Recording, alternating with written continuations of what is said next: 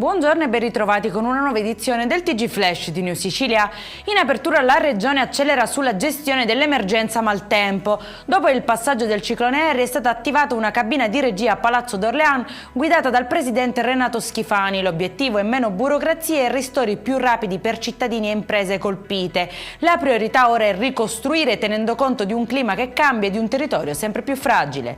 Resta critica invece la situazione a Niscemi nel Nisseno, dove la protezione civile continua a seguire gli effetti dell'ondata di maltempo dei giorni scorsi. Salgono a circa 1000 gli sfollati, scuole e strade chiuse a seguito della frana che ha interessato il quartiere Sante Croci, dal Belvedere fino alla strada provinciale 10, stimato un cedimento di circa 6 metri. Stiamo lavorando a un'alternativa per non lasciare il paese isolato, potrebbe essere realizzata un'altra strada, ha dichiarato il sindaco. Duro colpo allo spaccio nel Catanese a Randazzo con l'operazione Game Over. I carabinieri hanno arrestato 14 persone per traffico di droga, sequestrata marijuana, cocaina e crack. L'indagine ricostruisce una nuova rete criminale attiva dopo il colpo al clan Sangani. È deceduto in Arizona negli Stati Uniti a seguito di un incidente stradale un ufficiale catanese di 35 anni, Salvatore Carpinato. A confermare la notizia è il ministro della difesa Guido Crosetto, ancora da ricostruire l'esatta dinamica.